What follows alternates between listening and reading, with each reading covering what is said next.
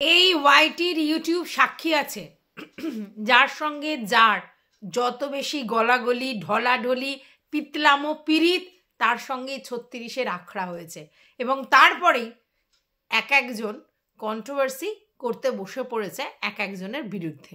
এটা বহু বহু ক্ষেত্রে এটা হয়েছে। প্রচুর এমন দেখেছি যারা প্রচুর বন্ধু, একেবারে মায়ের পেটের বুইনের মতো, তাদের মধ্যেও তাই হয়েছে। এমনও দেখেছি মানে সেই লেভেলের বন্ধুত্বের সম্পর্ক, তারপরেও তাদের মধ্যে হয়েছে। এবং একটা সময় না আমাকে খিল্লি করা হতো, এই যে আমি বলতাম ইউটিউবে কন্ট্রোভার্সি জোনে কোনো রিলেশনশিপ হয় না, এটা পুরোটাই একটা কন্ট্রোভার্সিয়াল জোন যেখানে শুধুমাত্র কন্টেন্টটাই মেন থাকে, এখানে কোনো রিলেশন বন্ধুত্ব এইসব করতে যাওয়া মানে ভোগাস। তো তখন আমাকে সবাই খিল্লি করতো, আর বেশিরভাগ ক্ষেত্রেই একটাই কথা বলতো যে এ একটা ইমোশনলেস পার্সন, এর মধ্যে ইমোশন কিছু নেই, পয়সা ছাড়া কিছু বোঝে না, কন্টেন্ট ছাড়া কিছু বোঝে না, প্রফেশনালিজম মেয়ের আড়ালে অ্যাকচুয়ালি স্বার্থপর একজন মহিলা। বহুবার বহু লোক বলেছে, কেউ ডাইরেক্টলি এসে বলেছে, কেউ ইনিয়ে বিনিয়ে বলেছে, কেউ পিএনপিসি করেছে। মানে আমার না সত্যিই বলছি কিছু ফারাক পড়ে না, কারণ আজকের ডেটে যেই কথাগুলো আমি বলে এসেছি এত দিন ধরে, সেই রিয়েলাইজেশন একটার পর একটা ক্রিয়েটার করছে। তো যাই হোক, বিশাখার একটা ভিডিও দেখেছি, সেই ভিডিওটা দেখার পর সে ভিডিওটা প্রাইভেট করেছে এবং আবার একটা ভিডিও করেছে ক্ষমা চাইছি এবং কন্ট্রোভার্সি জোন ছেড়ে দিচ্ছি এটা বলে। আর তারপরেই দেখলাম তার একটা এক্সপোজ ভিডিও এসেছে যেখানে সুজাতাদির কিছু জিনিস ও মানে লাইভ থেকে বলেছে। এবার আমি শুনছি সুজাতাদি নাকি ওকে ফোন করে বলেছে যে যেটা মিয়ান মম বলে ওনার চ্যানেলে গিয়েছিলেন, তিনি হচ্ছে একটা ফেক আইডি, সেটা পরে উনি দেখেছেন এবং তার জন্য বিশাখাকে ফোন করে উনি আবার কথা বলেছেন, এটাও দেখলাম। এইবার আমি সুজাতাদির লাইভটা, অনেকেই আমাকে কাল বলেছে দেখো গিয়ে, তো সুজাতাদির লাইভটা আমি কালকে দেখতে পাইনি, আজকে দেখতে গিয়ে দেখলাম সেটা প্রাইভেট হয়ে গেছে। তো যাই হোক, এরা আমি যেটা বুঝতে পারলাম সবাই ওভার রিয়্যাক্ট করে ফেলেছে আর ওভার এক্সাইটেড হয়ে কিছু কথা বলে ফেলছে, সে লাইভে হোক ভিডিওতে হোক আর যাই হোক। আর তারপরে তাদের যখন রিয়েলাইজেশন হচ্ছে বা মাথা ঠান্ডা হচ্ছে, তারপর তারা সেগুলোকে প্রাইভেট করে দিচ্ছে। ঠিক আছে, এবার এখানে আমার একটাই বক্তব্য, এই যে সুজাতাদি আর মি অ্যান্ড মাই মম এরাও কিন্তু মানে দেখা সাক্ষাৎ করেছে, মানে সুজাতাদি ওদের বাড়িতে গিয়েছিলেন, আর এই যে নূপুর বলে একজন আছে তার সঙ্গে ওদের খুব ভাব ভালোবাসা হয়েছিল এবং সেখানেও একটা এক্সপোজড হচ্ছে লোকজন। তো এবার আমার কথা হচ্ছে, ভাই এই ইউটিউব থেকে না বন্ধুত্ব করে কারোর বাড়িতে না যাওয়াটাই শ্রেয়, কারণ অনেক তো দেখলাম এ ওর বাড়ি ও ওর বাড়ি যাওয়া, আদিক্ষেতা করা, সেই লেভেলের ভাব ভালোবাসা দেখানো, আর কিছুদিন পর না এ কি খেতে দিয়েছে, ও কি খেতে দিয়েছে, এ এই খেতে দিয়েছে, সে এইভাবে খেতে দিয়েছে, এটা খেলে এই হচ্ছে, ওটা খেলে, এগুলো কি?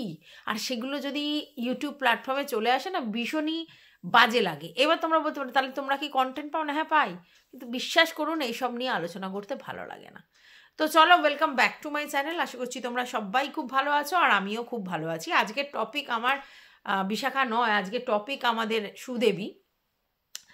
তো সুদেবী কালকে আবার একটা ভিডিও করেছে এবং সেই ভিডিওতে একটা প্রমিস করেছে, 6ই ডিসেম্বর রাত্রিবেলা একটা প্রমিস করেছে যে আজকের পর থেকে ও আর কারোর ভিডিও দেখবে না এক্সেপ্ট সীমাদি, আর কারোর ভিডিও দেখবে না। এবং সীমাদির ভিডিও দেখতে ওর ভালো লাগে, ভীষণ এন্টারটেনার একজন মহিলা, এবং সবথেকে বড় কথা ওকে নিয়ে বললেও ওকে নিয়ে না বললেও দেখবে, ওকে নিয়ে বললে ও যদি মনে করে তাহলে উত্তর দেবে, সেটা কোনো বড় ব্যাপার না, বাট আর কারোর ভিডিও দেখবে না। এবার এই কথা থেকে শুরু হচ্ছে আমার বক্তব্য। প্রথম কথা, হ্যাঁ আমি ওর সাথে সহমত যে সীমাদি একজন খুব ভালো এন্টারটেনার, এটা আমি মানি, ঠিক আছে। এবং সেই জন্য কোনো এক সময় আমি ওনার লাইভে যেতাম, কারণ আমি এন্টারটেন হওয়ার মুড যখন আমার থাকতো, মানে কন্টেন্ট করার মুড না, তখন আমি যেতাম। যদিও ওখানে আমাকে নিয়ে অনেক কিছু বলা হতো, কারণ যেহেতু আমি তখন নেগেটিভ কন্ট্রোভার্সি ক্রিয়েটার, ওনাকে নিয়ে অনেক নেগেটিভ কন্টেন্ট করেছি, তাই অনেকেই আমাকে অ্যাকসেপ্ট করেনি। এইখানে আবার ওনার ভিউয়ার্সদের আর আমার ভিউয়ার্সদের মধ্যে তফাৎ, উনি কিন্তু আমার লাইভে এসেছিলেন, তো সেখানে কিন্তু আমি কোনোদিন ওনার সঙ্গে মিসবিহেভ করিনি, আর আমার ভিউয়ার্সরাও করেনি, দু একজন হয়তো জিজ্ঞেসে করেছিল বাট করেনি। তো ওখানে কিন্তু অনেক মিসবিহেভ হয়েছিল, বাট আমি নিজের দমে, সেখান থেকে আবার সেটা পজিটিভ জায়গায় নিয়ে গেছিলাম। কিন্তু এটা কথা নয় আমি কি করেছিলাম না করেছিলাম, এটা কথা যে সত্যি এটা ঠিক যে সীমাদি একজন প্রপার এন্টারটেনার। ওনার লাইভ দেখতে সত্যিই ভালো লাগে যখন কোনো ওরকম ধরনের কথা বলে বা ভিডিও। একটা সময় আমার তো বেশ ভালোই লাগতো, কারণ উনি হচ্ছে মোল্ড কি করে করতে হয় দর্শকদের সেটা জানে, ঠিক আছে। তো এই দুটোর জন্য এই জায়গা থেকে আমি সুদেবীকে অবশ্যই পয়েন্ট দেব। এইবার সুদেবীর যেটা বক্তব্য যে আমি মানে সুদেবীকে দেখতে ইচ্ছে মানে সরি সীমাদিকে দেখতে ইচ্ছা করে বলে দেখব, আর হচ্ছে যদি উত্তর দেওয়ার হয় উত্তর দেব। এবার এই সেকেন্ড পয়েন্টটা, এটাই কিন্তু আলটিমেট পয়েন্ট। ওর সীমাদিকে দেখতে ইচ্ছা করে দেখবে, এটা তো দেখতেই পারে, এটার জন্য কাউকে বলার তো কিছু নেই। মানে আমার ভিউয়ার্সদেরকে আমি কি জানাচ্ছি আমি কাকে দেখছি কাকে না দেখছি? জানাচ্ছি না তো। কিন্তু এখানে ওকে জানাতে হলো কারণ ও একটা কথা বলেছে সেকেন্ডলি, যে ভাই উনি যদি আমাকে নিয়ে কিছু বলে হ্যাঁ আমি সেটাও দেখবো আর উত্তর দেব। এখানেই হচ্ছে পয়েন্টটা। অ্যাকচুয়ালি ও বুঝতে পেরেছে যে ওর তো একটা চ্যানেল, ও নিজেকে ভাবেই যে ও একটা বড় চ্যানেল হোল্ডার, এবং এটা সত্যি যে ইউটিউব কন্ট্রোভার্সির জন্য এখনও পর্যন্ত সবথেকে বেশি ভিউজ ওর। তাহলে সেই এখানে তো ভিউজ আর সাবস্ক্রাইবার দিয়েই মানে লোককে জাজ করা হয়, সেক্ষেত্রে সাবস্ক্রাইবার ওর বেশি এবং ভিউজও ওর সবথেকে বেশি এই কন্ট্রোভার্সি জোনের এই দিকের জায়গায়। তো সেই জায়গায় ও নিজেকে বড় মনে করতেই পারে, কারণ এখানে তো এইভাবেই মনে করে। তো সেই জায়গা থেকে ওর এটাই বক্তব্য হয়েছে যদি একমাত্র সীমাদি যে কিনা ওর থেকে বেশি সাবস্ক্রাইবার, এবং সীমাদির কিন্তু একটা ভিউয়ার্স বেস আছে, এটাও সত্যি। এবং সেটাকেই কিন্তু ও বলেছে যে এইবার যদি আমার মনে হয় উত্তর দেওয়া তো উত্তর দেব। তো এবার যখন ওনাকে কন্টেন্ট করবে তখন তো ওর ভিউয়ার্সরা বলবে বা অন্য ভিউয়ার্সরা বলবে যে তুমি তো বললে যে কন্ট্রোভার্সি জন্য আর কাউকে দেখবে না, তাহলে তুমি সীমাদিকে উত্তর দিচ্ছ কি করে? তো সেই জন্য আগে থাকতে এটা স্যারেন্ডার করলো যে আমার ভালো লাগে, প্লাস আমার যদি মনে হয় কন্টেন্ট করার কন্টেন্ট করব। অ্যাকচুয়ালি ব্যাপারটা এই জায়গায় মার্ক করো যে কন্টেন্ট করার তাই কন্টেন্ট করব। তো এবার যখনই কন্টেন্ট করবে তখনই লোক প্রশ্ন করবে, আর সেই প্রশ্নর আগে থাকতেও উত্তরটা দিয়ে রাখলো আমি দেখবো এবং কন্টেন্ট করব, ঠিক আছে।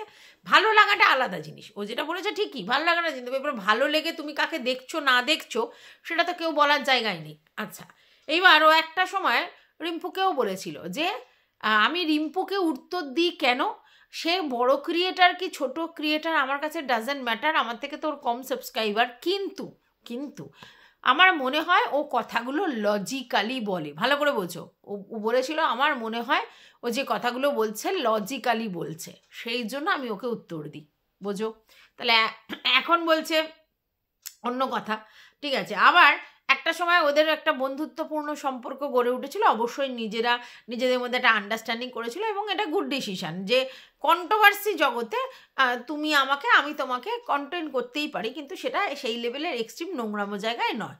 তো সেই জায়গা থেকে আমরা দেখলাম যে ওই সুপ্রিম হতো, ওকে কন্টেন্ট করতো, কিন্তু কন্টেন্টের একটা দায়রা মেনটেন করে চলতো। কিন্তু তারপরে দেখলাম কি আউটবাসটা সেই লেভেলের হলো, ঠিক আছে। এবারে রিম্পা যেহেতু পুরনো অতীত টেনেছে এবং কাদেরকে নিয়ে, বড় চ্যানেলদের নিয়ে, তো সেই জায়গায় ওর একটা আবার আউটবাস্ট হলো এবং ও হাউমাউ করলো। এবং তখনও বলল রিম্পার সঙ্গে যে সখ্যতাটা তো তৈরি করেছে সেটার থেকেও আগে রিম্পার ও ফোন নাম্বারটা নিয়েছিল অ্যাকচুয়ালি ওর এগেনস্টে কেস কামারি করবে বলে। আর এটা আমরা জানি যে মানে এই যে আমাদের এই যে আমাদের মিলির সঙ্গে মিশেছিল এই কারণেই, মিলির সঙ্গে সখ্যতা করেছিল এই কারণেই, মিলিকে ও তোল্লাই দিয়েছিল এই কারণে। এটা একদম ট্রু ফ্যাক্ট। মিলি অবশ্য সুয়ের সঙ্গে যোগাযোগ করেছিল, ঠিক আছে, সুও মিলির সঙ্গে যোগাযোগ করেছিল। এবার কে আগে যোগাযোগ করেছিল কে পরে যোগাযোগ করেছিল আমি জানি না, কিন্তু এই যোগাযোগের উদ্দেশ্যটাই এটা ছিল, মানে সুদেবের ইন্টেনশনটাই এটা ছিল যে মিলির সঙ্গে যোগাযোগ করব, কারণ মিলি এখন অ্যান্টি রিম্পু। তাহলে এই যখন অ্যান্টি রিম্পু, তাহলে রিম্পুর সমস্ত কিছু মিলি অনেকটা জানে, মানে ফোন নাম্বার, ঠিকানা, অনেক কিছু জানি। তো সেইগুলো আমি হাতিয়ার করব এবং তারপরে তার নামে কেস দেব, এটা কিন্তু ওর মনের মধ্যে বাসনা ছিল। পরবর্তীকালে সেই কেস কামারির মধ্যেও আর যায়নি, তার পিছনে রিজন অবশ্যই পয়সা খরচ। দ্বিতীয়, ও জানে যে কেস কামারি করলে রিম্পুকে হয়তো হ্যারাস করতে পারবে, কিন্তু লাভ কিছু হবে না, না রিম্পুর সেই লেভেলে কিছু হবে না ওর সেই লেভেলে কিছু হবে, তাতে রিম্পুরও খরচা ওরও খরচা হবে, আর দিনের শেষে লাভ কিছু হবে না। তখন ও মনে করলো যে না, সন্ধি করে নেওয়াটাই বেটার, ওসব কেস কামারির মধ্যে না গিয়ে। তখনই সখ্যতাটা হয়েছিল। কিন্তু সত্যি এটা ওর মুখ্য উদ্দেশ্যই ছিল। ও যে বলেছিল না যে কেস দেওয়ার জন্যই আমি তোর ফোন নাম্বার চেয়েছিলাম, কথাটাও ঠিকই বলেছে। আর এর জন্যই মিলির সঙ্গে সদ্ব্যবটা রেখেছে, আর এর জন্যই মিলির থেকে ও ঠিকানাপত্র নিয়ে ওর নামে কেস কামারি করবে বলে ঠিক করেছিল। তারপরে পাশা উল্টেছে। আর এটাও ঠিক, সেই সময় রিম্পাও একটু ভয় পেয়েছিল যে যেহেতু কেস ব্যাপারটা চলছিল, তো রিম্পা জানে যে আমি যদি কারোর এগেনস্টে সেই লেভেলের ভিডিও করে থাকি সেটা অবশ্যই শু। তাহলে এক্ষেত্রে আমাকে যদি কেউ সাফার করাতে পারে, ভালো করে বুঝছো, সাফার করাতে পারে, কি হবে না হবে সেটা বড় কথা, সেই সাফার যেটা আমি আমার বাচ্চাদের রেখে যেতে চাই না বাইরে, এখানে ওখানে সেখানে, তো ঝামেলায় পড়বে বা আমার বাচ্চাদের দেখবার টেক কেয়ার করার সেরকম লোক নেই, তো সেই জায়গায় এরকম হ্যারাসমেন্টের আমি শিকার হতে চাই না। সেই জায়গা থেকেই রিম্পিও কিন্তু একটা সন্ধিতে এসেছিল যে আর যাই হোক যেন কোনো হেডেক বা হ্যারাসমেন্টের শিকার না হই। আর হেডেক আর হ্যারাসমেন্ট এই মুহূর্তে আমার জন্য যে করতে পারে সেটা ওয়ান অ্যান্ড অনলি শু, কারণ শুয়ের এগেনস্টেই আমি সেই লেভেলের ভিডিও করেছি। তো সেই জন্য রিম্পা কিন্তু ওর সঙ্গে সখ্যতা করতে রাজি হয়েছিল। দেখো এখানে না বিনা স্বার্থে কেউ কারোর সঙ্গে রিলেশন করে না, যতই যে বলুক যে আমি এই জন্য নিঃস্বার্থ হ্যানা ত্যানা, একদম না। এই যে রিলেশনগুলো হয় না কন্ট্রোভার্সি জোনে, এই যে পরে পরে নেগোসিয়েশন হয়, এগুলোর ইচ্ছেটাই এটা, যাতে তাদের মধ্যে যদি কোনো প্রবলেম হয় সেটার জন্য যেন তারা সাফার না করে, তখন তারা একটা মিলিত সন্ধি করে। আর এটাই হয়েছিল শু আর রিমের মধ্যে, আর সেটাই সুপ্রিম হয়েছিল। এইবার তাদের ভিউয়ার্সরা অনেকে সেটাকে অ্যাকসেপ্ট করেনি, অনেকে অ্যাকসেপ্ট করেছে। এখন যারা ক্রিয়েটারদেরকে বিলিভ করে, ট্রাস্ট করে এবং ক্রিয়েটারদেরকে বুঝতে পারে যে তারা নিজে নিশ্চয়ই কিছু ভালো বুঝেই কাজটা করেছে, তারা সেটাকে অ্যাকসেপ্ট করে। কিন্তু কিছু কট্টর বিরোধী পক্ষ আছে, সে রিমেরও আছে শুয়েরও আছে, তারা কিন্তু ব্যাপারটাকে ভালো চোখে নেয়নি। এবং পরবর্তীকালে যখন আবার তাদের ঝামেলা হলো, তারা কিন্তু এসে সেটা বলেছে যে আমার এটা ভালো লাগেনি, আমার এই সন্ধিটা ভালো লাগেনি, আমার তোমার সঙ্গে শুয়ের মেলামশাটা ভালো লাগেনি, এ মেলামশা মানে কথাবার্তা বলাটা, এ বলেছে আমারও রিমের সঙ্গে তোমার ব্যাপারটা ভালো লাগেনি, ও একদম বাজে, এরকম কিন্তু কথা উঠেছে। তার মানে সাপ্রেস হয়েছিল ভিউয়ার্সদের মেন্টাল সিচুয়েশানগুলো। শুয়ের এই ব্যাপারটা তারা অ্যাকসেপ্ট করেছিল শুকে পছন্দ করে, বা রিমের এই ব্যাপারটা তারা অ্যাকসেপ্ট করেছিল রিমকে পছন্দ করে, ভিউয়ার্সদের কথা বলছি। কিন্তু আদতে মন থেকে মেনে নেয়নি 80% লোক, 20% লোকের কিছু যায় আসে না, ঠিক আছে? আচ্ছা, এইবার এরকম চলছিল। তারপরে তো যা হলো দেখলে। এইবার এখানে হাটের কথাটা চলেই আসে। হাটের সঙ্গে শুয়ের একটা বিশাল বড় সখ্যতা ছিল একটা সময়, নিজেদের মধ্যে খুবই ভালো আন্ডারস্ট্যান্ডিং ছিল। একটা গ্রুপে থাকলেও এরা দুজন ছিল মাথার শাড়ির ক্রিয়েটার, এবং তার সঙ্গে অবশ্যই সীমাদিও ছিল। তো সেই সময় এই শু আর হাট এরা দুজনের পরিপূরক টাইপের ছিল। যত আলোচনা এই গ্রুপের এরা এই মাথার শাড়ির লোকেরা দুজন করতো, এবং একে অপরের সঙ্গে কথা বলতে বলতে এদের মধ্যে একটা ইন্টিমেসি গড়ে উঠেছিল, ঠিক আছে? তো এটা খুব স্বাভাবিক ব্যাপার, ঠিক আছে? এবার আমরা যদি নিজেদেরকে সুপিরিয়র মনে করি এবং আমরা দুজনে যদি একসঙ্গে জোট হয়ে থাকি, তো স্বাভাবিক ব্যাপার আমাদের মধ্যে অনেক আলোচনা হবে। তো সেখানে সেই আলোচনা হয়েছে। তো অনেকেই বলছে 20 মিনিট ধরে একটা ছেলের সঙ্গে কি গল্প। তো এইটা কিন্তু বকলমে যে 20 মিনিট ধরে একটা মেয়ের সঙ্গে কি গল্প, মানে শুও করেছে হাটও করেছে, দুজনেই কিন্তু 20 মিনিট ধরে গল্প করেছে। তাহলে মেয়েটা যদি 20 মিনিট ধরে গল্প করে, ছেলেটাও করেছে, তাহলে মেয়েটার কি ইন্টেনশন ছিল আর ছেলেটারই বা কি ইন্টেনশন ছিল যারা 20 মিনিট ধরে নিজেদের মধ্যে গল্প ছিল? হ্যাঁ, কোনো ইন্টেনশন ছিল না। এটা হয় একটা জায়গায় কাজ করতে করতে, নিজেদের মধ্যে সম্পর্ক তৈরি হতে হতে এই জিনিসটা হয় যে দুজনের পরিপূরক, যত আলোচনা, যত কথা, যত ব্যাপার, যত খিল্লি, যত মস্কারা তারা নিজেদের মধ্যে করে। এবং এটা ছেলে আর মেয়ে বলে শুধু করেছে এরকম না, এরকম মেয়েও করে। হ্যাঁ, আমার ভালো মনে আছে কিছু মানে ক্রিয়েটারের সঙ্গে আমি কথা যখন বলতাম, না অবশ্যই একের সঙ্গে এক না, অনেকের সঙ্গে একসাথে কথা বলেছি, 3 ঘন্টা 4 ঘন্টা ধরে কল করেছে, সেখানে আমি ছিলাম, ঠিক আছে? তো আমি শুনেছি, সেইগুলো কথাগুলো শুনেছি, জানি। এবং তখন যে সময়টা কিভাবে কেটে যায় কেউ বলতে পারে না। এখানে ছেলে মেয়ে বলে ব্যাপারটা নয়। তো যাই হোক, এইবার কি হয়েছে, এইবার হাটের সঙ্গে শুয়ের যখন একটা বিস্তর ঝামেলা বাঁধলো, কেন বাঁধলো সেটাও জানো, সেটা হচ্ছে ম্যান্ডির ব্যাপারটাতে ও যখন একা একা গেল এবং ওর কাছে হাট কিছু কথা জিজ্ঞেসে করার পর ও বলেছিল যে না ম্যান্ডি সেরকম কোনো ব্যাপার নেই, পারিবারিক ঝামেলা, তৃতীয় কোনো ব্যক্তি নেই, এবং সেই কন্টেন্টটাকে ও একার মতো করে চালনা করলো।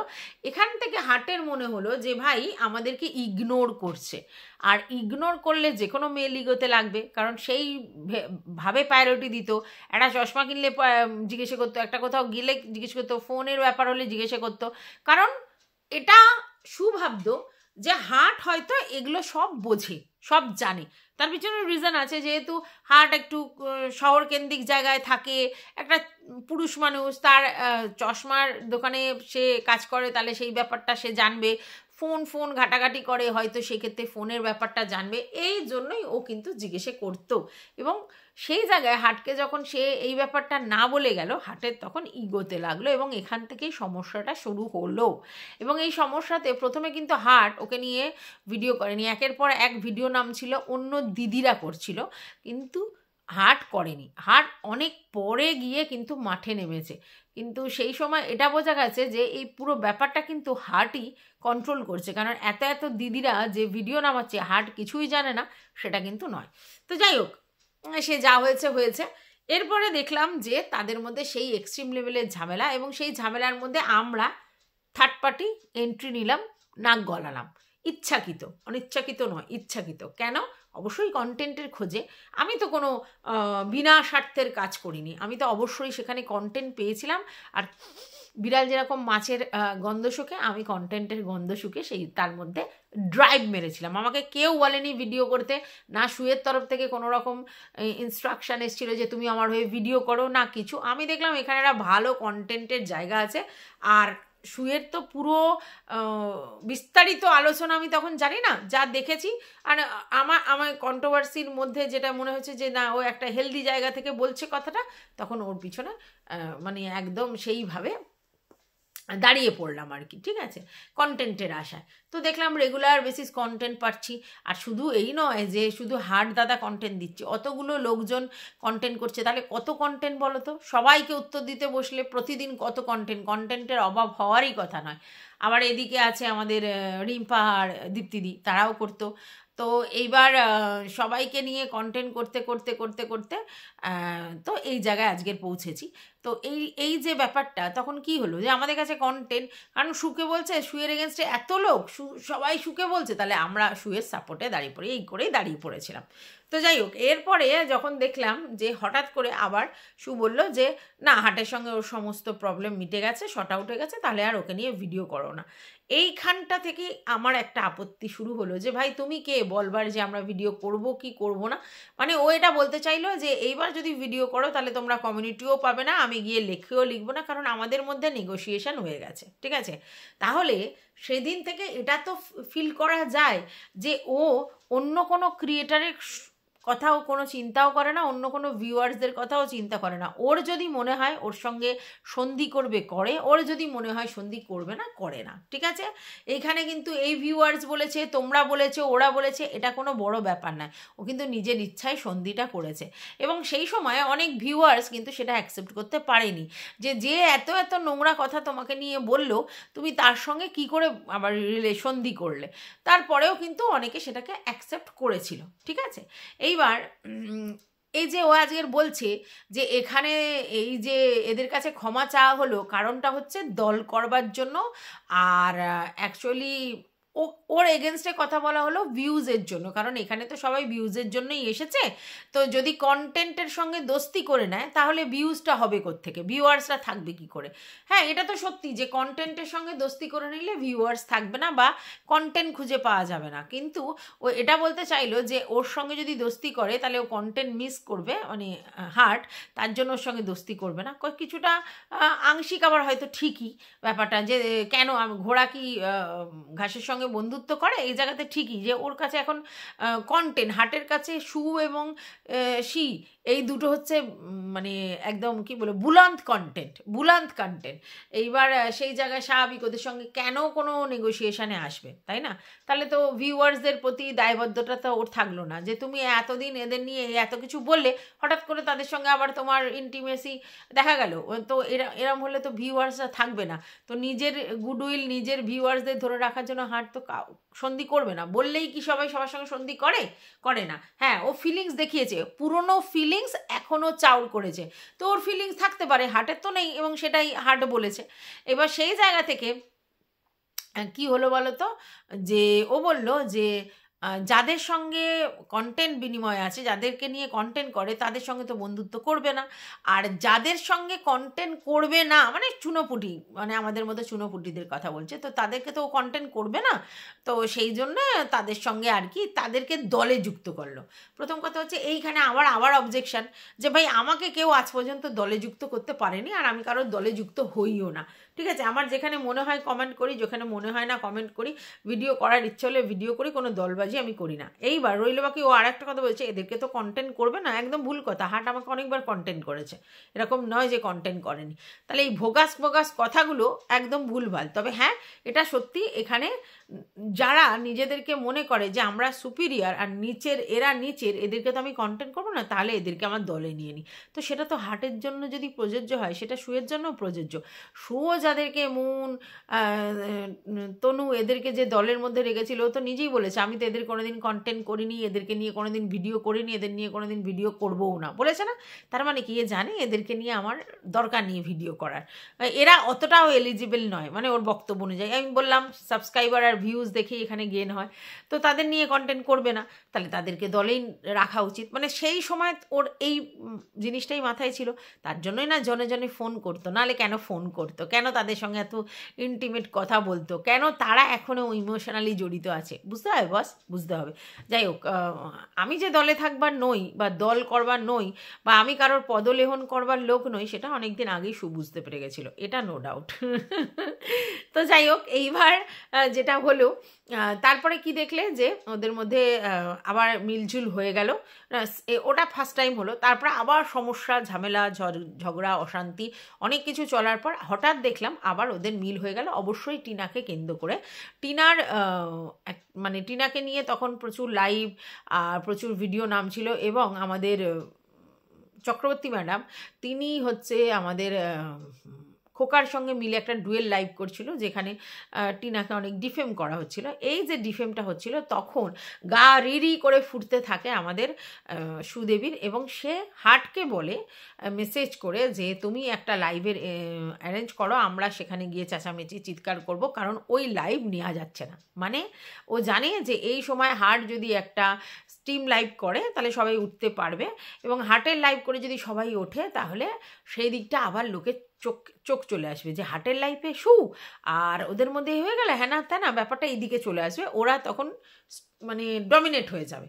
তো সে যেরকম ভাবা তেমন কাজ, দেখলাম যে শু উঠে গেল। এবার আমি সত্যি কথা বলতে, যেহেতু টিনুকে নিয়ে ভিডিও করছিলাম, আমারও মনে হলো যে এই রকম একটা পজিশানে এত স্ট্রংলি মানে এরা ডিফেম করছে, তো এইখানে যদি হঠাৎ করে হার্ট আসে, তো নির্বেশে মানে তখন ওই বন্ধু শত্রু ওই ব্যাপারগুলো মনে না রেখে ওর লাইভে ওঠা উচিত, এটা আমার মনে হয়েছে। তো আমিও গেছি, মুনও গেছে, তো সেটা নিয়ে দেখলাম পরবর্তীকালে অনেক কিছু কথা হয়েছিল।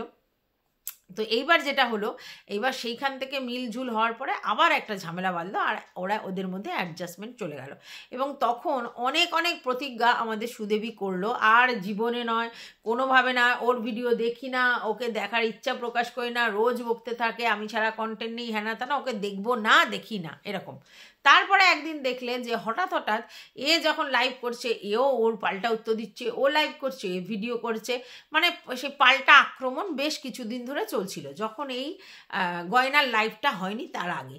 তো তখন ওর ভিউয়ার্সরা কিন্তু বহুবার ওকে সতর্ক করেছে, প্লিজ একে নিয়ে কথা বলো না বা একে নিয়ে করো না, এর সঙ্গে পারবে না, তুমি নোংরা ঘেটো না, ও যা পারে বলুক, তুমি উত্তর দিও না, তুমি চুপ থাকো। কিন্তু কারোর কথা শোনেনি, পুরো দুটো এরম ঠেঙ্গা দেখিয়েছে, দেখিয়ে পরিষ্কার এটা বুঝিয়ে দিয়েছে, ভাই আমার এখন ইচ্ছা করছে কন্টেন্ট করতে, আমি কন্টেন্ট করব, ব্যাস কন্টেন্ট করব।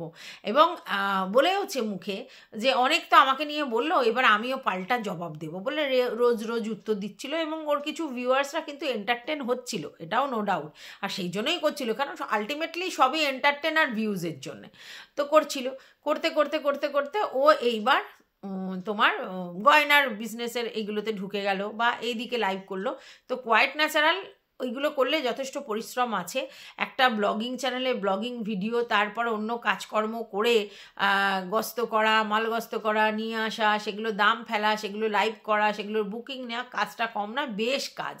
তো তখন এইসব করার পরে ও আবার রেগুলার বেসিস হাটকে নিয়ে কন্ট্রোভার্সির জন্য লাইভ করবে, সেটা পসিবল নয় এবং সেটাও বন্ধ করে দিল। ঠিক আছে, এইবার তারপরে দেখা গেল যে যখন এই বিশাখাদের সঙ্গে হাটের ব্যাপারটা শুরু হলো, একটা তো কন্ট্রোভার্সিয়াল ব্যাপার, তো ও হাটকে সাপোর্ট করে, এবং সেটা যুক্তিটাও যেগুলো দিয়েছে ও নো ডাউট ঠিকই দিয়েছে, সাপোর্ট করে ও একটা ভিডিও করলো। ঠিক আছে, এই ভিডিও করার পরে ও ইমোশনাল হয়ে গিয়ে কান্নাকাটি করে ফেললো। ঠিক আছে, আর এখান থেকে আবার শুরু হলো পয়েন্ট, সেটা হচ্ছে যে এই কান্নাকাটি করার পরেই হাট কী করলো, কতগুলো কমিউনিটি দিয়ে দিল যে চোখের জল কেন, আমার জন্য কেন কাঁদছিস, অমুক তমুক করে, মানে ওকে ওর ইমোশনে আবার গিয়ে প্রকুত করে ধাক্কা দিয়ে দিল, সেন্টিমেন্টাল সুরসুরি। এবং সেখান থেকে দেন অ্যান্ড দেন ওর স্বরূপ চেঞ্জ হয়ে গেল এবং সঙ্গে সঙ্গে আরেকটা ভিডিও করলো এবং সেখানে প্রতিজ্ঞাবদ্ধ বা প্রতিশ্রুতিবদ্ধ হলো যে আজকের পর থেকে শুধুমাত্র শ্রীমাদি ছাড়া কারোর ভিডিও দেখবে না, কারোর ভিডিও উত্তর ও দেবে না। ঠিক আছে, এবং খুব তাড়াতাড়ি হয়তো কন্ট্রোভার্সি চ্যানেলও বন্ধ করবে, কন্ট্রোভার্সি চ্যানেলে ওর আর ভিডিও দেখা যাবে না। ঠিক আছে, এই কথা থেকে আবার পয়েন্ট, সেটা হচ্ছে যে ভাই কন্ট্রোভার্সি কেন করবে না? কন্ট্রোভার্সি তো তুমি বড় বড় ব্লগারদের নিয়ে করো, তুমি হাটকে উত্তর দেবে না, ইটস ওকে, তুমি সীমাদিকে উত্তর দেবে, ইটস ওকে, তুমি আর চারানা চুনাপুটিদের উত্তর দেবে না, তাদের ভিডিও দেখবে না, খুব ভালো কথা, কারণ উত্তর যদি না দেখো ফালতু কেন নেট খরচা করবে, এটা আমিও মনে করি। মানে তুমি ধরো আমাকে উত্তর দেবে না, তাহলে আমার ভিডিও দেখে সময় নষ্ট করে কী লাভ? যার ভিডিও থেকে কন্টেন্ট করবে তার ভিডিওই না লোকে দেখবে। তো সেই জন্য সেই জায়গা থেকে একদমই ঠিক বলেছো তুমি যে আমি এদের ভিডিও আর দেখবো না, কারণ এদের আমি কন্টেন্ট করবো না। ঠিক আছে, তো এখান থেকে এটা প্রশ্ন উঠলো যে তোমাকে তো তোমার ভিউয়ার্সরা আগেই সতর্ক করেছিল, না এর সঙ্গে বন্ধুত্ব, না একে নিয়ে কোনো আলোচনা করার দরকার, বাট তুমি কাউকেই শোনোনি। তুমি আজকের আবার ভিউয়ার্সদের দোহাই দিলে যে তোমরা বলছো তোমরা আগলে রেখেছো, কিন্তু এই ভিউয়ার্সরা তোমাকে বারবার বলেছে, তাতে কি তুমি তাদের কথা শুনেছো যে ওকে কন্টেন্ট করো না, বা ওর সঙ্গে লেগো না, বা ওর সঙ্গে বন্ধুত্ব করো না, বা ওর সঙ্গে মিলমিশ করো না, বহু কথা বলেছে। ঠিক আছে, কিন্তু তাতে তোমার কিছু ঘন্টা ফারাক পড়ে, তুমি কখনো তার জন্য ইমোশনাল হয়ে যাচ্ছ, কখনো তোমার চোখ ফেটে জল পড়ছে, কখনো তোমার কাজল নষ্ট হয়ে যাচ্ছে, কখনো তুমি সেন্টিমেন্টাল হয়ে যাচ্ছ, আবার তার কিছুক্ষণ পরেই তোমার ডুয়েল পার্সোনালিটি দেখা যাচ্ছে, তুমি হঠাৎ করে আবার অন্য মূর্তি ধারণ করে যেই না কমিউনিটি পোস্ট দেখলে এসে আবার সঙ্গে সঙ্গে ওভার এক্সাইটেড হয়ে আবার একটা ভিডিও করলে এবং ভিডিও করে বললে যে না আজকের পর থেকে এর ভিডিও দেখবো না, তার ভিডিও দেখবো না, কারোর ভিডিও দেখবো না, হ্যানা না তেনা না, মানে ওকে আর রেসপন্স করবো না। তো তোমাকে তো তোমার ভিউয়ার্সরা আগেই বলেছিল যে ওকে রেসপন্স করার দরকার নেই, তুমি শুনেছো? তোমার ভিউয়ার্সরা তো আগেই বলেছিল যে ওর সঙ্গে সখ্যতা করার দরকার নেই, তুমি শুনেছো? মানে আগের কথা বলছি, এই যে এখন যে তুমি নরম সুরে কথা বলছিলে তাতেও তো তোমার ভিউয়ার্সরা অনেকে বারণ করেছে, তুমি শুনেছো? শোনোনি তো, তাহলে তুমি ভিউয়ার্সদের দোহাই দিতে এসছো কেন? তুমি কি ভিউয়ার্সদের কথা শোনো কোনো সময়? না তো, তাহলে তোমার যখনই দরকার হয় ওই ঢালের মতো তুমি ভিউয়ার্সদেরকে দাঁড় করিয়ে দাও কেন? এটা তো ঠিক নয়। যাই হোক, এখন পরিষ্কার বোঝা যাচ্ছে ও পাঙ্গা নিবি না, লালা পাঙ্গা নিবি না, এই যে করছিল সেই ব্যাপারটা ওর মধ্যে নেই। কেন না, বুঝতে পারছো? ওরমভাবে করলে ওর কোনো লাভ হবে না। এইবার ও এই কারণে ও ভাবছে হয়তো হার্ট বেশি ফুটেজ পেয়ে যাচ্ছে ওর থেকে, তো সেইটা ও চায় না এই জন্যে। কিন্তু এই কন্ট্রোভার্সি কেন ছেড়ে দেবে, এই কথাটা কেন বারবার বলছে? কন্ট্রোভার্সি আর ভালো লাগছে না, কারণ কন্ট্রোভার্সি থেকেই ওর ইনকাম আয়, এত কিছু বাড়ি গাড়ি, মানে বাড়ি গাড়ি নয়, মানে বাড়ি ফাড়ি হয়েছে। তাহলে যেই জোন থেকে আমি এত পয়সা উপার্জন করেছি, যেটা আমি নিজে স্বীকার করি, সেই জোনটাতে আমি ভিডিও করাই ছেড়ে দেবো? হ্যাঁ, দিনে একটা করে দিতে পারি, কন্টেন্ট না থাকলে দিতে পারি না, ওর ভিউয়ার্সরা সবটাই মেনে নিয়েছে, তারপরেও কেন ছেড়ে দেবে বলছে বলো তো? আজকে শুনলাম দীপ্তিদির একটা ভিডিও থেকে, যেটাই বুঝলাম হয়তোবা ওর চ্যানেলটা টার্মিনেট হয়েও যেতে পারে, ঠিক আছে, হয়তো বা, জানি না পুরো শিওর কিনা, কারণ এরকম ধরনের কোনো ইঙ্গিত আসছে, সেটাই শুনলাম। তো সেই জায়গা থেকে যাতে অন্য কেউ না বলে যে এদের জন্য তোমার চ্যানেল এই হয়ে গেছে, তার জন্য ও আগে থাকতেই চ্যানেলটাকে বন্ধ করে দেবে বা ভিডিও করা বন্ধ করে দেবে, বুঝতে পেরেছ? আর যেহেতু বিজনেসের মধ্যে ইনভলভ হয়ে যাচ্ছে, সময়ও অত পাবে না, কারণ কন্ট্রোভার্সি করতে গেলে কন্ট্রোভার্সি ভিডিও দেখতে হয়, সেই সময়টা না দিলে তো করতে পারবে না, কোথায় কি কন্টেন্ট হচ্ছে সেটাই যদি আপডেট না থাকে করতে পারবে না। তো সেই সব মিলিয়েই ও কন্ট্রোভার্সিটা ছেড়ে দেবে বলছিল, তার মানে মোদ্দা কথা বুঝতে পেরেছো তো? কন্ট্রোভার্সি ছেড়ে দেবে, এইটাই আসলে মেন ব্যাপার, যে না ওর কন্ট্রোভার্সি চ্যানেলটা হয়তো বন্ধ হলেও হয়ে যেতে পারে, আর সেই জায়গা থেকেই লোকে মানে যাতে না বলতে পারে তার জন্য এই কথাটা বলেছে। আমার মনে হয় যে হেলদি ক্রিটিসিজম অবশ্যই করতে পারে, কন্ট্রোভার্সি ছেড়ে দেওয়াটা কোনো বুদ্ধিমত্তার কাজ নয়। আর চ্যানেল যদি কোনো কথায় টার্মিনেট হয়, তাহলে আরেকটা চ্যানেল তৈরি করবে, কারণ ওর যে ধরনের ফ্যান ফলোয়ার্স আছে, তাতে আরেকটা চ্যানেল ক্রিয়েট করে 10-20 হাজার সাবস্ক্রাইবার জোগাড় করা কিন্তু বড় ব্যাপার নয়। আর 10-20 হাজার সাবস্ক্রাইবার হলে, আর সেখানে যদি 10,000 বা 20,000ই ভিউজ হয়, তাহলে আর ক্ষতিটা কী আছে? অসুবিধা কিছু নেই। তো আমার মনে হয় এটা ভেবে দেখা উচিত, কারোর চ্যানেল কোনোভাবেই ক্ষতি হোক এটা আমার কোনো দিনই কাম্য নয়। আর সবথেকে বড় কথা, আমি তোকে কন্টেন্ট করি, ওর চ্যানেল বন্ধ হয়ে গেলে আমি খাবো কি? এটাই আমার আসল উদ্দেশ্য, যে আমি আমার জায়গাটা বজায় রাখার চেষ্টা করেছি। তো এই বলে এই ভিডিওটা শেষ করছি। তোমাদের যদি কিছু বক্তব্য থাকে অবশ্যই কমেন্ট বক্সে জানাবে। টাটা।